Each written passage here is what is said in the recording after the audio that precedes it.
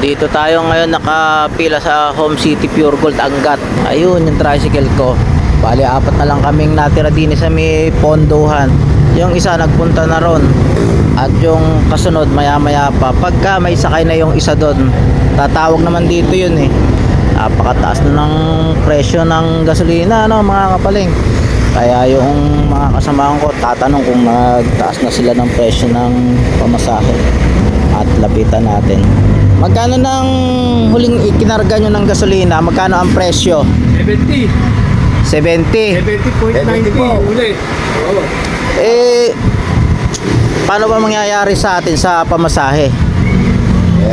Wala pa hudyan to eh. Wala pang Wala pa hudyan na taas eh. sa federasyon. Federasyon. Eh, dapat pala eh, ano na yung mga federasyon, ano? Mag-meeting na tungkol sa ating pamasahe sa tricycle. Mga tricycle driver. Kahit nakita, pagsalina. Oo nga. Wala kami tulog din eh. Awa ka, pamilya. Tinatakbo eh. Oo. 20.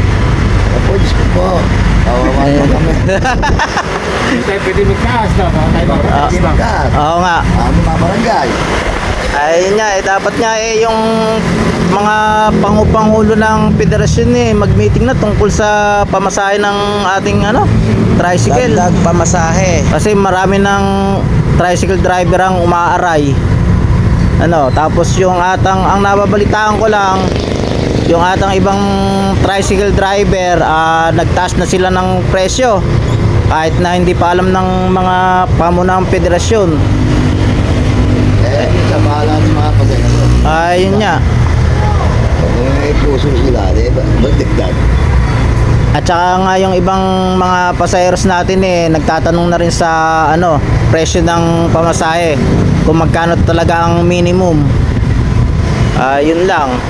Kasi may nagtanong din sa akin kanina kung magkano na talaga ang pamasahe. Patuloy yung tumataas ang presyo ng gasolina. Aabot pa yata ng Araw-araw yan. Oo nga. Pero nakakalong sa buhay niya, yung mga pinasitin niya, pagkara niya, yun na. Kaya nga Sobra-sobra, pero niya. yun lang ang na banggit ko mga kapaling, kasi nga may nagtatanong sa akin kanina kung magkano na talaga ang minimum ng pamasahe. Kasi daw mataas na ang gasolina, yung iba naniningil na yata ng medyo mataas Kaya yung mga pangulo ng federasyon dyan, pwedeng mag-meeting na kayo tungkol sa pamasahe ng tricycle, kung magkano na talagang idadagdag